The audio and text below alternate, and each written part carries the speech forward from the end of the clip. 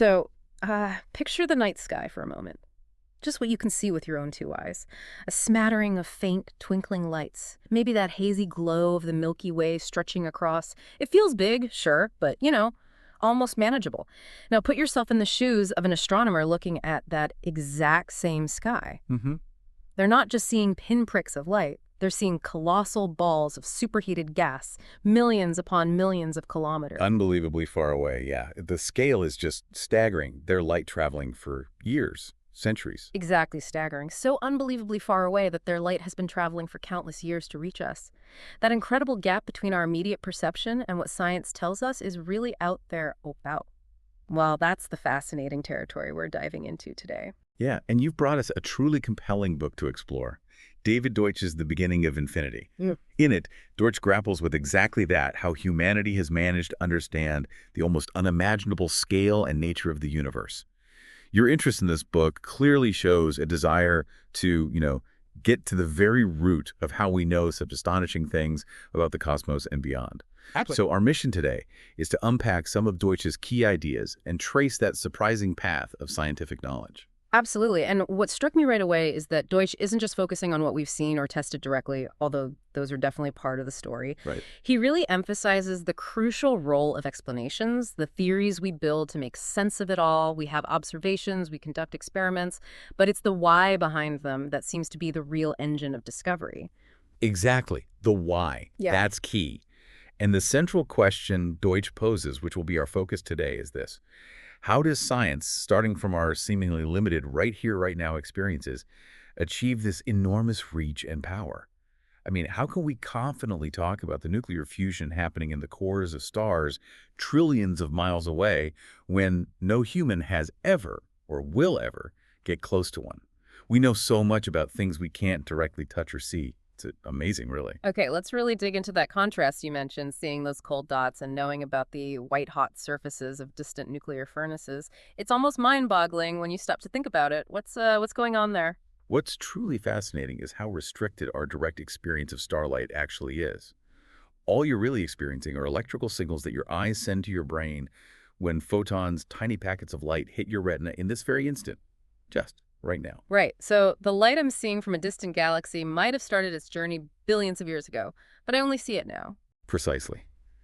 That immense distance, the vast amount of time the light has traveled, and the incredibly energetic processes happening within the star, your eyes aren't directly perceiving any of that. Our understanding of those things comes from layer upon layer of scientific theory. These theories, as Deutsch emphasizes, are essentially explanations, assertions we make about the nature of reality and how it behaves. So if our senses give us such a limited snapshot, I mean, where do these incredibly powerful, far-reaching theories even come from? It's not like we can just, take a field trip to the center of the sun. No, sadly not. And that brings up a really important point about how scientific reasoning works. The intuitive idea that we simply deduce knowledge logically from our direct experiences, falls apart pretty quickly when we consider the universe. As Deutsch puts it, you can't deduce the geography of Mars just by looking at a map of Earth. There's a fundamental logical leap involved. Yeah. Just because things operate one way in our immediate vicinity doesn't automatically mean they operate the same way across the cosmos. That makes perfect sense. Our local experience isn't a universal rule book. It just can't be. And then there's another common idea about how we gain knowledge. Inductivism. This is the notion that we build understanding by observing patterns and repeating experiences. We see the sun rise every single morning, so we induce or conclude that it will continue to rise indefinitely. Right. It feels like common sense, right? Learning by seeing things happen over and over. It does feel very natural, yeah, like how we learn simple things as children. Hot stove, don't touch, that sort of thing. It does. But when we try to apply this simple idea of repeated observation to our understanding of the vast universe, it quickly shows its limitations. You think about it. No human has ever lived for 1 billion years, and even that's a relatively short period on cosmic timescales. Right. No one has ever traveled a light year, no one was present at the Big Bang, and you certainly can't perform an experiment on a fundamental law of physics in the same way you might test whether an apple falls from a tree. So if we haven't directly experienced the vast majority of what we know about the universe, how can this idea of just learning from repetition really explain our knowledge of it? It doesn't seem to fit. Exactly. Inductivism really struggles to explain how we can distinguish between the simple appearance of dots in the sky and the complex, mind-boggling reality of stars, galaxies, and the very fabric of space-time itself. Consider the historical example of the celestial sphere. For thousands of years, people could directly observe the stars maintaining their relative positions, appearing to be fixed on a rotating sphere surrounding the Earth. This repeated daily observation seemed to strongly confirm a geocentric, Earth-centered model of the universe. It looked exactly like the theory predicted. Our senses seemed to confirm it every single night. Easy to believe. Precisely. Seemed to, yes. Yet, as we now understand, the reality is a heliocentric system with the Earth and other planets orbiting the Sun. What appeared to be a fundamental property of the stars, their daily rotation across the sky, is actually a consequence of our own planet spinning on its axis. This is a powerful illustration of what Deutsch calls the deceptiveness of the senses. What we directly perceive isn't always an accurate reflection of what's actually happening. Appearances can be deceiving. Okay, so if simply deducing from logic or learning from repeated observations isn't enough to explain our deep knowledge of the universe, where do our theories actually come from? This is the real heart of Deutsch's argument, isn't it? Absolutely. Deutsch argues that the real source of all our theories is conjecture, the bold creation of new ideas, the proposing of explanations that go beyond what we've already seen. It's creativity, really. This is a significant departure from the empiricist viewpoint, which, in simple terms, is the idea that our senses are the only reliable source of knowledge. So it's about actively coming up with new explanations, even if they're not immediately obvious from what we can directly observe. Making leaps. Exactly, making informed leaps. Historically, those who held a strong empiricist view worried about introducing errors or misinterpretations that might come from adding to or going beyond our direct sensory input. They often believed that scientists should really only accept new ideas that were directly derived from experience. Deutsch even uses Arthur Conan Doyle's famous detective, Sherlock Holmes, with his strong emphasis on deduction, as an example of this ultimately limited approach. Interesting. While Holmes was brilliant at solving crimes based on observable evidence, that method alone wouldn't lead to fundamentally new understandings about the underlying nature of reality. You can't deduce quantum mechanics from footprints. That's a really interesting way to think about it. So the crucial question isn't just where theories originate, but how do the good ones, the explanations that are closer to the truth and offer more detail, end up being the ones we accept and build upon? How do we make that leap from a tiny trickle of light hitting a telescope to understanding subatomic particles inside a star that's light years away? That's the core of the matter. Deutsch connects his fundamental drive for knowledge to the basic human desire for progress. Think about the earliest technological advancements, the development of simple tools, the discovery of how to work with bronze. These advancements happened incredibly slowly for the vast majority of human history. Yet, even back then, people seemed to have an almost intuitive sense that understanding the sky, these mysterious celestial events, might somehow be connected to practical progress. This led to the creation of myths and stories that attempted to explain the cosmos. They had the desire to understand, but they lacked the effective method. And that more effective method is what emerged with the scientific revolution, right? A really fundamental shift in how we approach understanding the world around us. A new way of thinking. Precisely. The scientific revolution marked the arrival of a powerful new way of discovering and explaining things, leading to a noticeable and ever-increasing rate of knowledge creation. The key difference was the strong emphasis on testability. Consider the ancient Greek idea that everything was made of earth, air, fire, and water. That was an untestable theory. There was no way to actually verify or disprove the existence of these fundamental elements. Because it couldn't be tested, it couldn't really be improved upon. It just sort of existed as an accepted idea. It was a framework, but not one that could really be challenged or refined. You couldn't really push against it. Exactly. Now compare that to a theory like the existence of the element radium. That was a testable theory. Scientists could design experiments to look for its specific properties and interactions. The Enlightenment, at its heart, was a philosophical shift towards this kind of testable explanation. Galileo, as Deutsch points out, understood that to truly explain the trick of appearances, like the seemingly backward motion of Mars in the night sky, you needed to understand the underlying reality of a sun-centered solar system. You needed a better explanation. And Deutsch is quite critical of the idea that science is just about making predictions, what he refers to as instrumentalism, isn't he? The notion that science is just a useful tool for forecasting, but doesn't necessarily tell us anything true about reality itself. Absolutely. He argues that even making seemingly simple predictions actually requires a sophisticated framework of explanatory knowledge. He uses the analogy of conjuring tricks.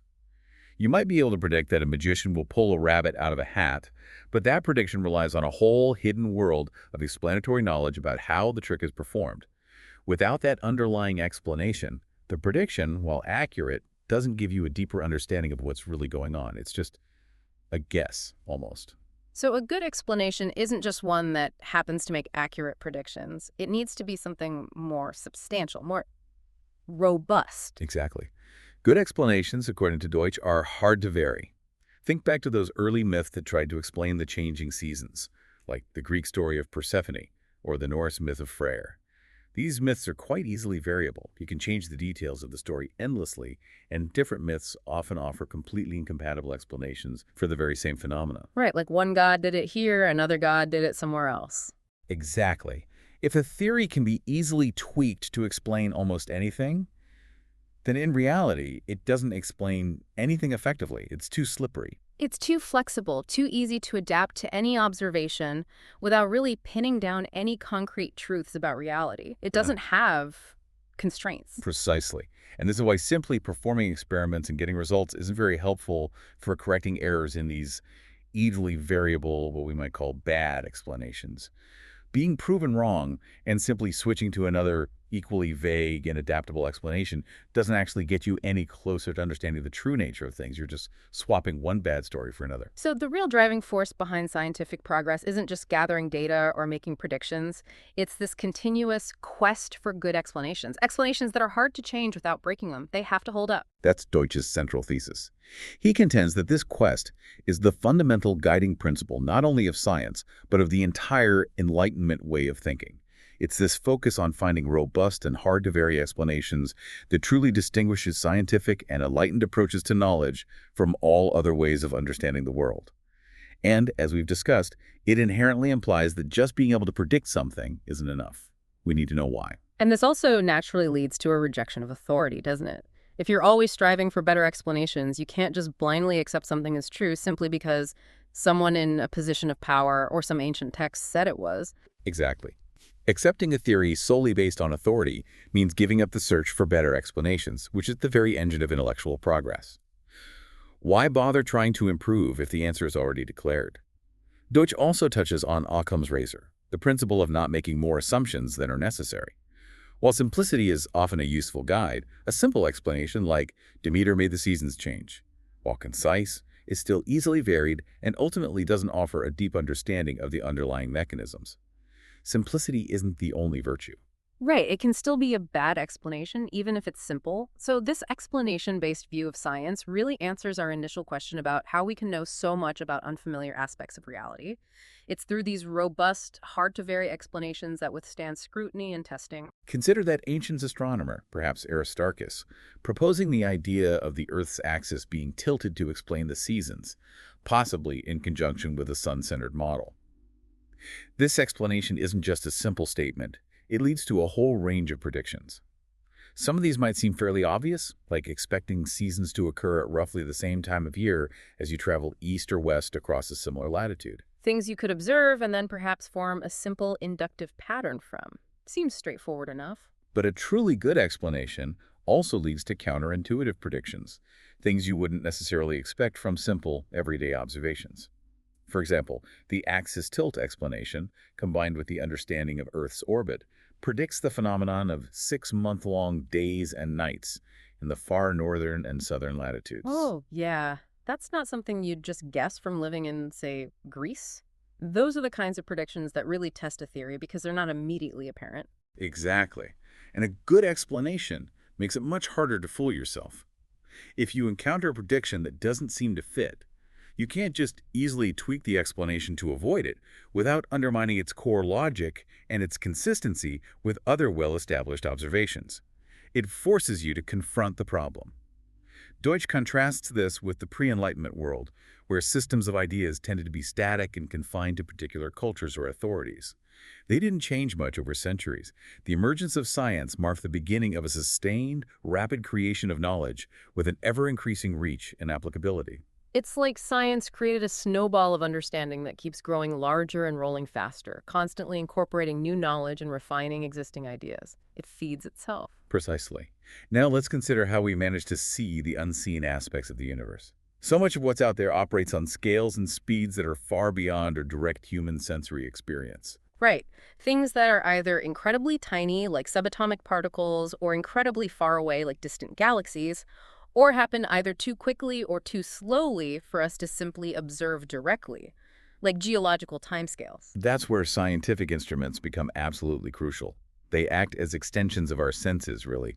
They allow us to make these otherwise imperceptible phenomena detectable, to bring us closer to reality in a conceptual sense, even though physically, these instruments often place more distance between us and the object of our study. Like telescopes, for example. They allow us to see objects that are incredibly far away, making the distant visible. But you're still looking through something. But modern astronomy takes this concept much further. Astronomers today rarely look directly through the eyepiece of a telescope. It's not like in the old movies. Instead, many telescopes are designed to detect invisible forms of radiation, radio waves, infrared light, X-rays, gamma rays, which are then digitized and processed by powerful computers. These computers then create images, often in false colors, where different colors represent different intensities or types of radiation, or even properties inferred from the radiation, allowing us to visualize and understand properties that would otherwise remain completely hidden. So we're not even seeing a real image in the traditional sense, but rather a representation built from data. And that representation is built based on our scientific theories about what's out there and how these instruments detect it. It's theory all the way down. Exactly. It's layers upon layers of explanation and inference. And Deutsch also emphasizes how early attempts at explanation often fell into the trap of anthropocentric thinking, trying to explain natural phenomena in terms of human-like intentions, emotions, or actions. Think about attributing events to errors, theft, trickery, or the whims of gods. Why did the harvest fail? Oh, the gods must be angry. Explaining the unknown by projecting familiar human motivations onto it, even when those motivations aren't really relevant to the physical world. It's easier to grasp, maybe. Perhaps. Yeah. But this approach, while maybe comforting, has never led to truly good explanations beyond the realm of human interactions. It was, as Deutsch aptly puts it, colossally misconceived when applied to understanding the physical world. We now understand that the patterns we see in the stars don't have any inherent significance for our individual lives. We are not at the center of the universe, and living things are made of the same fundamental building blocks as rocks and stars, obeying the same universal laws of physics, not designed by some external intelligent agent. It's a less human-centric view. And even our own thoughts and intentions, which might seem like the most direct and obvious things we experience, are now being understood by science as complex outcomes of underlying components and processes, neurons firing, chemical reactions that are themselves unseen, but certainly not ungoverned by natural laws. It's explanations all the way down, as you said. Yeah. So to bring together this incredible journey of understanding, our deep and expanding knowledge about the universe isn't primarily a result of direct personal observation. It's not just about looking harder. Instead, it's a testament to the remarkable power of creating testable and hard-to-vary explanations. These explanations arise from human conjecture, our creativity, are rigorously tested through criticism and experimentation, and are constantly refined and improved over time. The scientific revolution marked a fundamental turning point towards this incredibly effective approach, leading to the rapid and ongoing progress in our understanding of everything from the smallest particles to the largest structures in the cosmos. It really is an amazing story. So the next time you look up at that seemingly simple night sky, remember that those faint pinpricks of light hold an entire universe of information within them. Information that has been unlocked not just by passively looking, but by the uniquely human capacity to create and critically evaluate explanations. You now have a glimpse into the extraordinary process by which our understanding can reach far beyond the inherent limitations of our own direct experience. Absolutely. And perhaps consider this. If our knowledge of something as vast and seemingly unknowable as the cosmos ultimately relies on abstract theories born from human imagination and rigorously tested, what other seemingly self-evident truths in our own lives and the world around us might also be waiting for a deeper, more explanatory understanding? Perhaps delving further into Deutsch's ideas or just thinking about this process might offer you even more profound insights into the power and the reach of human explanation. It's a powerful way to think.